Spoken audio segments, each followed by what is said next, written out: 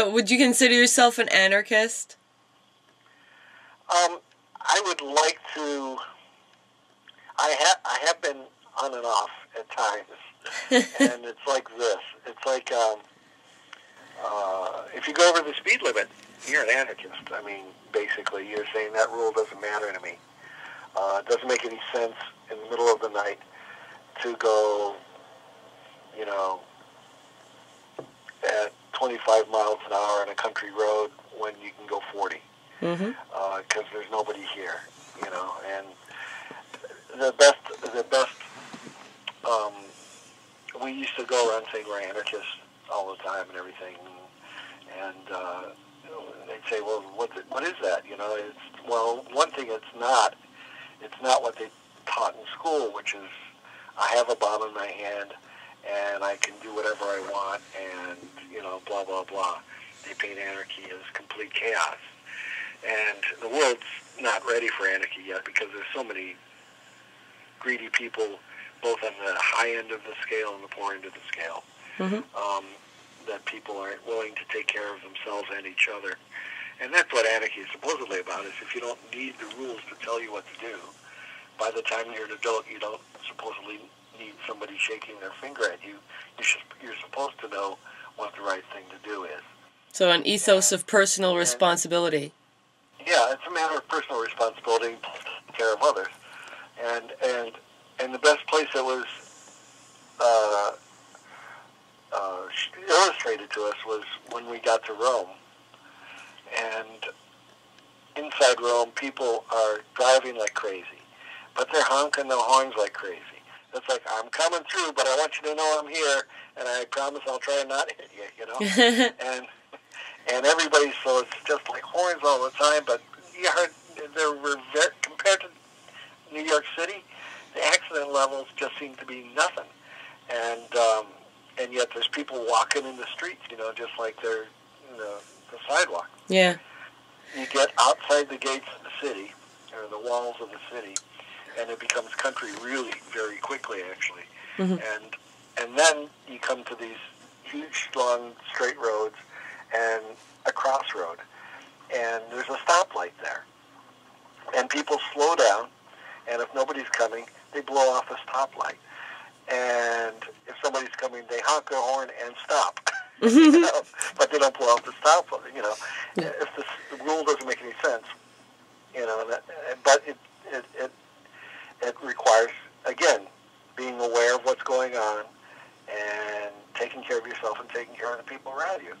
And at that point when we were there, everybody was saying, I'm either communist or I'm fascist, you know, there's one or the other.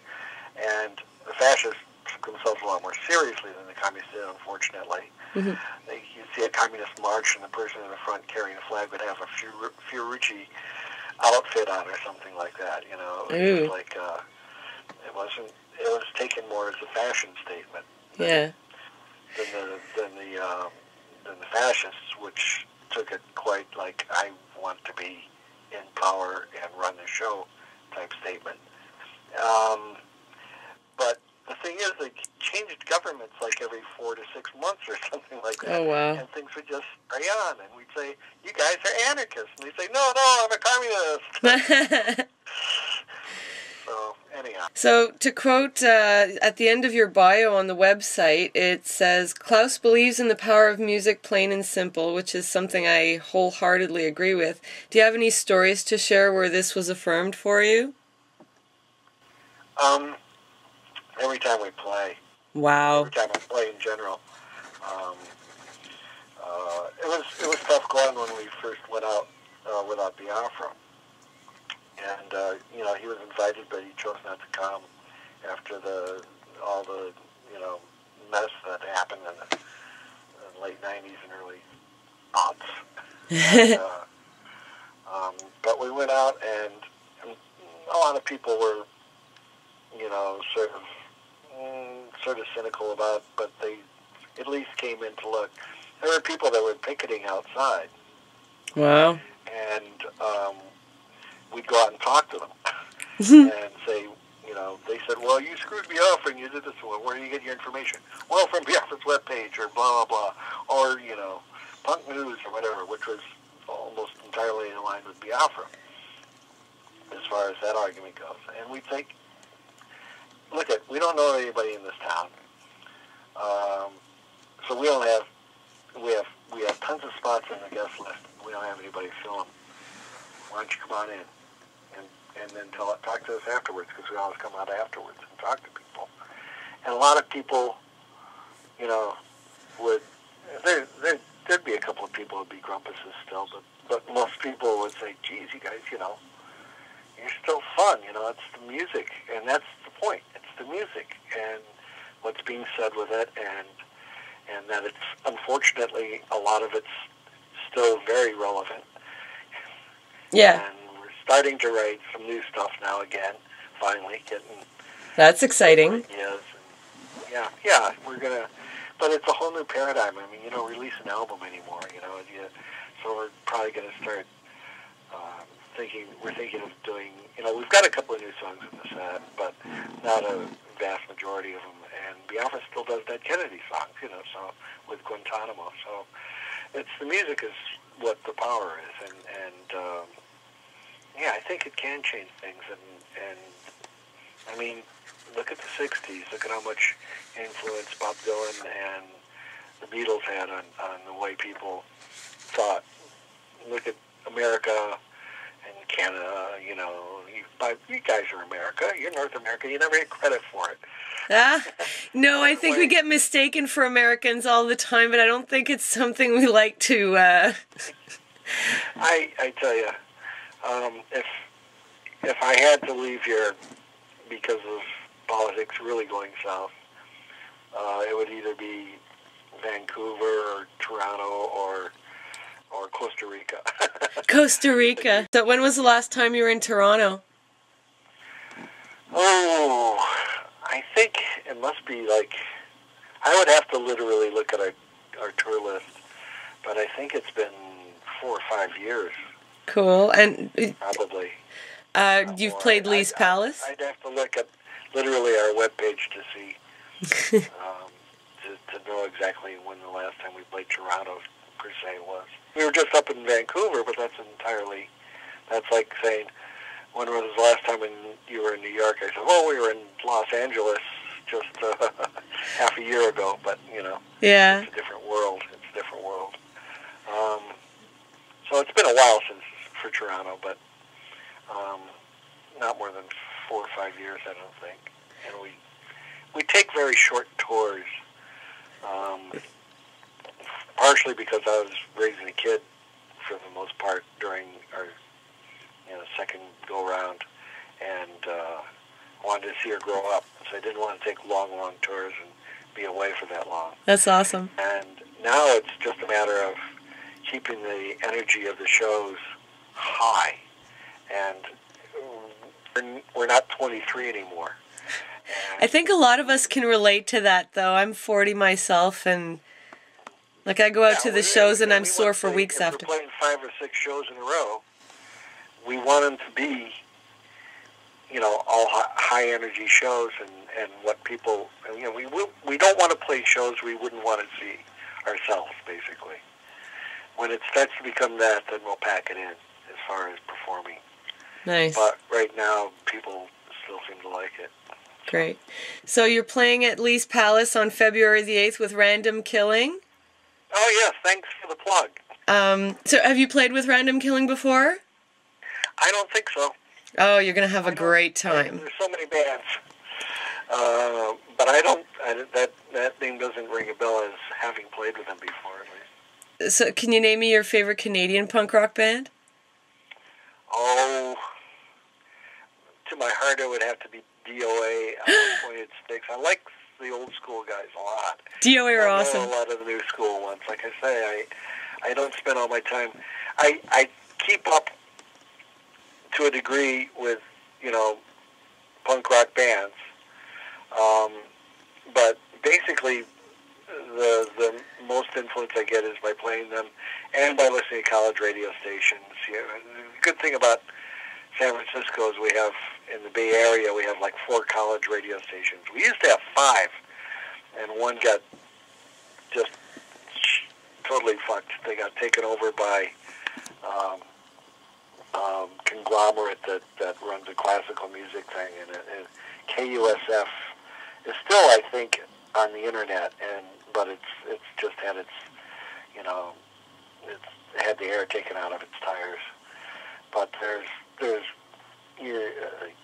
Cal Berkeley, there's Stanford, there's Foothill Junior College has a great radio station. And I'm sure they'll thank you for the plug. Well, yeah, there you go. That's KFJC, I believe it is, and then there's KZSU is Stanford, and the Calix is KALX. Those 3, and I'm thinking there's a 4th. I'm trying to think. Oh, San Jose State has got one. So there's a lot of that, which is great because that's where you hear stuff that you basically, if you're going to listen to radio still, which a lot of people don't anymore, yeah, it's as informative as going around the internet looking for stuff. Have you ever heard of a band? That's the thing too, is that there's so much stuff out there now too. There's so much. Oh, I know everybody's a musician and a model and a photographer and a videographer. Yeah. But that's good. I think that people are out there like exploring the possibilities. Yeah. Have you ever heard of a band called the Three Tards? No, I haven't. You haven't? I'll have to send you some of their material. You'll love them. Okay, do that. I love finding out about new stuff. It's just that I'm sometimes behind the curve. I mean, I'm still hanging on to. There's a group that was out maybe 10 or 15 years ago that was, I think, 3 women and a guy. It was called That Dog. It had Petra Hayden was this violinist. She's gone on and done stuff separately with herself, solo stuff, and Miss Murgatroyd. But I think they were a great group. There was a group out of, I think, Sweden called Pushkins that were really good, and I only saw them once in San Francisco, and I can't find them on the internet. I cannot find a trace of them anywhere on the internet. Yes, yet I have their CD, a nicely made CD here because I, saw their show. Picked it up at the show, yeah. That's pretty neat. So for just one last bonus question, and then I won't take any more of your time. What's the most outrageous thing Jell-O ever said? I probably wasn't there.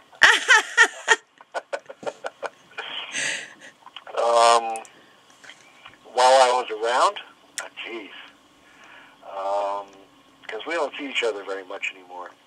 I think the most outrageous thing he said was losing the trial was the worst thing that's ever happened to him in his life, and that the alternative tentacles will have to fold on account of it. And I can't believe that it's the worst thing that's happened in his life at that point, because I know he's had relatives, close relatives that had passed on. I think he just blurted it as a bumper sticker at the time. And alternative tentacles didn't fold. And if they had folded, it would have, there's so many indie labels out at that time that were doing fine without a band as well known as the Kennedys.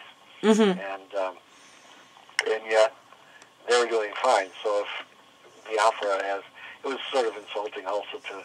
I'm not getting down on Biafra. I know. The most outrageous things he said, or maybe like, I think I'm going to run for mayor or something. It could be. I mean, there's good stuff. I like the guy. I really do. I wish we could be friends again.